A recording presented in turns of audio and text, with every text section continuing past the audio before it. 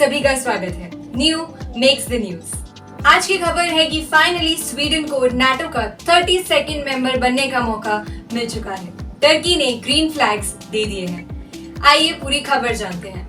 NATO देशों के नेता लिथुआनिया की राजधानी विलनियस में मंगलवार से एक वार्षिक शिखर सम्मेलन के लिए बैठक कर रहे हैं, जिसमें यूक्रेन की स्थिति पर भी बात की जा रही है। आइए पहले मैं आपको ये बताती हूँ कि नाटो एक्चुअल में है क्या, ये बना क्यों। 4 अप्रैल 1949 को North Atlantic Treaty Organization NATO world war second के बाद बना था, सभी कंट्रीज को प्रोटेक्ट करने के लिए। यूएसए और कनाडा के अलावा 10 यूरोपियन कंट्रीज ने इस ट्रीटी को ज्वाइन किया और 12 कंट्रीज से नाटो चालू हुआ था। आज की डेट में कंट्रीज बढ़ते बढ़ते 32 हो जाएंगी स्वीडन के ज्वाइन करने के बाद। नाटो कंट्रीज ने एक ट्रीटी साइन करी है जिसमें ये लिखा हुआ है, an attack on one of the country means attack on all of the countries. यानी अगर एक कंट्री के ऊपर अटैक किया जाएगा तो सभी कंट्रीज पे अटैक माना जाएगा। सभी उस चीज के लिए, उस देश को बचाने के लिए लड़ेंगे। चलिए आज की स्थिति पर आते हैं और आज की खबर के बारे में जानते हैं।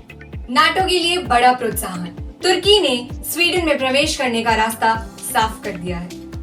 स्वीडन 32वां सदस्य बनकर न्यूट्रलिटी तोड़ने में फिनलैंड के साथ शामिल हो जाएगा। वहीं पर मॉस्को का ये कहना है कि हो सकता है अंकारा यानी टर्की की कैपिटल को यूरोपियन यूनियन की इच्छा नहीं मिलेगी। हो सकता है Turkey will not be a member of EU. NATO ने मंगलवार को अपने शिखर सम्मेलन को नए सिरे से शुरू किया, जब टर्की ने स्वीडन को गठबंधन में शामिल होने पर अपनी आपत्तियों को वापस ले लिया, जो एकता की दिशा में पहला कदम है, जिसे वेस्टर्न लीडर्स यूक्रेन पर रूस के आक्रमण के सामने प्रदर्शित करने के लिए बहुत ही उत्सुक हैं।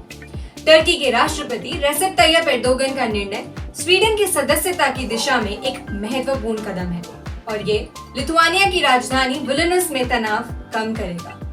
कई दिनों की गहन बैठकों के बाद यह समझौता हुआ और फाइनली नॉर्थ यूरोप में गठबंधन की ताकत का विस्तार करने के लिए स्वीडन अब तैयार है। समझौते के सार्वजनिक होने के बाद एर्दोगन असामान्य रूप से चुप रहे हैं। उन्होंने ये नहीं बताया कि उन्होंने कैसे ग्रीन फ्लैग दे दिया स्वीडन को। वह एडवांस्ड यूएस फाइटर जेट्स विमानों और यूरोपीय संघ में सदस्यता के लिए एक रास्ता चाहते हैं। समझौते के हिस्से के रूप में एर्दोगन ने कहा कि वे टर्की की संसद से स्वीडन को नाटो में शामिल होने की मंजूरी देने के लिए कहेंगे। हंगरी के प्रधानमंत्री विक्टर ओरबान भी इस तरह का कदम उठा सकते हैं। हंगरी के विदेश मंत्री ने मंगलवार को कहा कि स्वीडन की नाटो में सदस्यता के लिए उनका देश अनुमति दे देगा और ये सिर्फ एक टेक्निकल मैटर है। यह परिणाम राष्ट्रपति जो बाइडेन के लिए भी काफी बड़ी जीत है, जिन्होंने नाटो के विस्तार को एक उदाहरण के रूप में बताया है कि यूक्रेन पर रूस के आक्रमण ने मॉस्को पर कैसे उल्टा असर डाला है। फिनलैंड पहले ही गठबंधन का 31वां सदस्य बन गया था और स्वीडन अब 32वां बनने के लिए बिल्कुल तैयार है। दोनों नॉर्डिक देश ऐतिहासिक रूप से नॉन अलाइन थे जब तक कि युद्ध ने रूसी आक्रामकता यानी रशियन अग्रेशन की आशंकाओं को नहीं बढ़ाया था। नाटो के लीडर जेन्स स्टोल्टेनबर्ग ने कहा, नाटो की ये समिट एक हिस्टोरिकल समिट है। कैसे? कि स्वीडन की सदस्यता के समझौते के कारण ये शिखर सम्मेलन अपने आप में ऐतिहासिक बन जाता है।